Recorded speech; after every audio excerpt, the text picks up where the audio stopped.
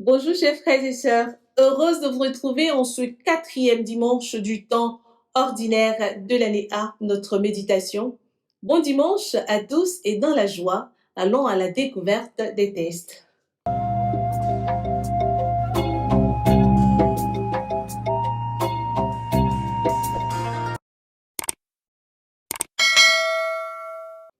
La première lecture, extraite du livre du prophète Sophonie.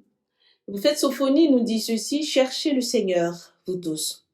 Les humbles qui accomplissaient sa loi, cherchez la justice, cherchez l'humilité, peut-être serez-vous à l'abri au jour de la colère du Seigneur.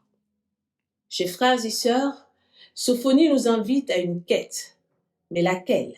À la quête de la justice, à la quête de l'humilité. Cette quête de la justice et de l'humilité ne nous ouvre pas automatiquement les portes du salut. Il dit peut-être serez-vous. Il va sans dire que cela ne suffit pas. Alors, nous qui nous disons humbles, nous qui nous disons justes, nous qui nous disons pratiquer la justice ou même pratiquer l'humilité, il nous manquerait, selon le texte, certaines choses pour pouvoir avoir accès au salut ou avoir accès pleinement à ce que Dieu réserve. Est-ce qu'il dit peut-être serez-vous? Alors, que faire? Comment devons-nous marcher? Comment arriver à avoir accès au salut? Comment arriver à cet état-là? Allons dans l'évangile du jour, extrait de Saint Matthieu, chapitre 5, versets 1 à 12. Et dans cet évangile, Jésus va enseigner. Il ouvre la bouche et qu'est-ce qu'il donne? Les béatitudes. Et les béatitudes, nous les connaissons. À chaque fois qu'il énonce, il y a une promesse qui est attachée à ce qu'il annonce. Heureux les pauvres de cœur, car le royaume des cieux est à eux. Heureux ceux qui pleurent, ils seront consolés. Heureux les artisans de paix, car ils seront appelés fils de Dieu. Heureux les miséricordieux, ils obtiendront miséricorde. À chaque fois qu'il énonce, il y a une promesse qui est rattachée à ce qu'il énonce. Alors, chers frères et sœurs, les béatitudes, avec tout ce que nous connaissons des béatitudes, aujourd'hui, moi, je prends les béatitudes comme le chemin idéal pour arriver au salut, comme le chemin de la persévérance. Nous sommes à la quête de l'humilité, certes. Nous sommes à la quête de la justice, certes. Mais si nous ne persévérons pas dans ces efforts que nous avons commencé à mener ou à avoir, alors on passera à côté de ce qui devait être le salut pour nous. On passera à côté des promesses dites ici. On passera à côté de ce que Dieu voudrait pour nous. Et si je saisissais ce chemin de vie, ce chemin d'amour, comme un moyen pour persévérer dans ces efforts que je suis en train de consentir pour arriver moi aussi à la vie éternelle.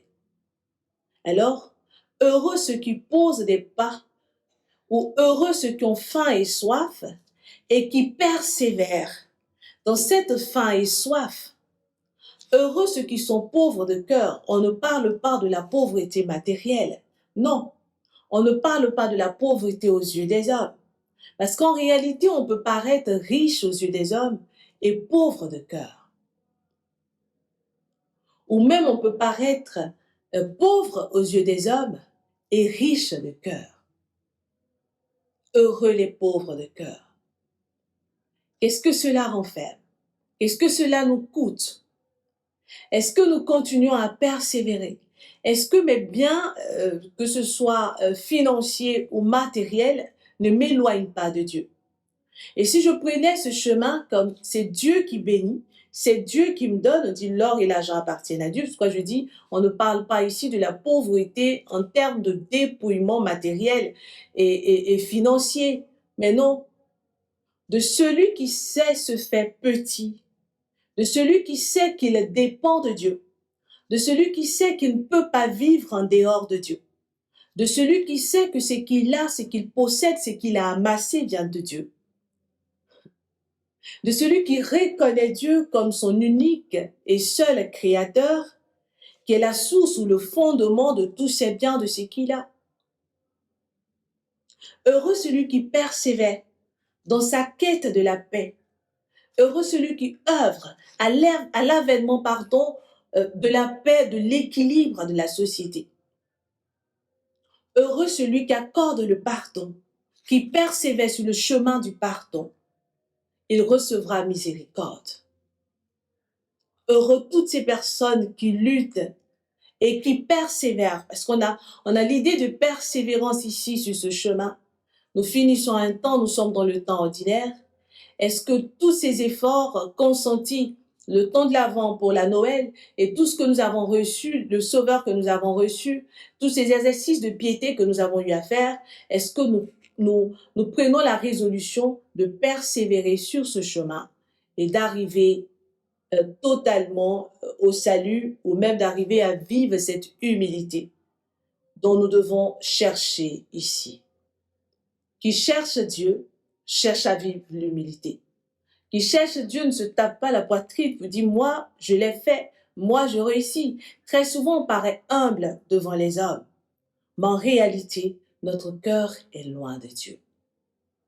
Alors, épousons aujourd'hui les béatitudes comme des chemins de vie. Et ce chemin de vie dont le maître mot est l'amour. Ce chemin de vie dont le maître mot est la persévérance dans l'amour. La persévérance de ce que Dieu nous demande de faire. Alors, chers frères et sœurs, on pourra, comme saint Paul s'adressant aux Corinthiens, chercher alors le chemin qui surpasse tout. On aura beau parler la langue des hommes, il le dit, et des frères, mais si nous n'avons pas ce secret-là, si nous n'avons pas ce qui fait de nous hommes, ce qui fait de nous créatures de Dieu, ce qui fait de nous aimés de Dieu, si nous ne parvenons pas à persévérer sur le chemin du bien, sur le chemin de l'amour, sur le chemin de la paix, sur le chemin de la justice, sur le chemin de l'humilité, nous ne sommes rien. Quand ce dimanche, nous prenons tous la résolution de dire « Je parais faible devant les hommes, mais c'est moi que Dieu a choisi. Je parais fou devant les hommes. Je parais même moins sage devant les hommes, parce qu'on ne me voit pas faire de tapage, on ne me voit pas briller à la manière des hommes. En réalité, Dieu sait ce qu'il a mis en moi, et Dieu sait qui il choisit, et Dieu sait la personne qu'il choisit pour. Il va dire ce qui paraît fou aux yeux des hommes ne l'est pas aux yeux de Dieu, parce qu'il va prendre ce qui est faible, il va prendre ce qui est rejeté, il va prendre ce qui est dépouillé, il va prendre ce qui est piétiné pour en faire un roi. Nous sommes tous interpellés. Depuis que nous entendons les béatitudes, quelle est la béatitude qui me parle? Quelle est la béatitude qui m'interpelle? Quelle est la béatitude qui me marque sur le chemin de la persévérance? Quelle est la béatitude qui me touche au plus profond de moi-même? Moi qui me dis humble aux yeux des autres et qui, en réalité, dans mon cœur, il n'y a que de la haine, il n'y a que de la calomnie, de la critique, il n'y a que d'autres choses. Alors nous faisons tout pour plaire aux hommes et non pour plaire à Dieu. En ce dimanche, revenons comme Sophonie. Revenons et recherchons l'humilité vraie selon Dieu. Recherchons la vérité qui va apporter l'équilibre et recherchons, ou du moins œuvrons à faire de telle sorte que ce que Dieu nous demande de faire en termes de directives, nous puissions les vivre, les annoncer et transformer le monde. Nous prenons cette résolution de prendre ne serait-ce qu'une béatitude et de persévérer sur ce chemin avant d'entrer dans ce grand temps qui arrive. Frères et sœurs, vous le savez, moi, je vous aime, mais Dieu encore plus. Alors, au revoir et très bon dimanche. Au revoir.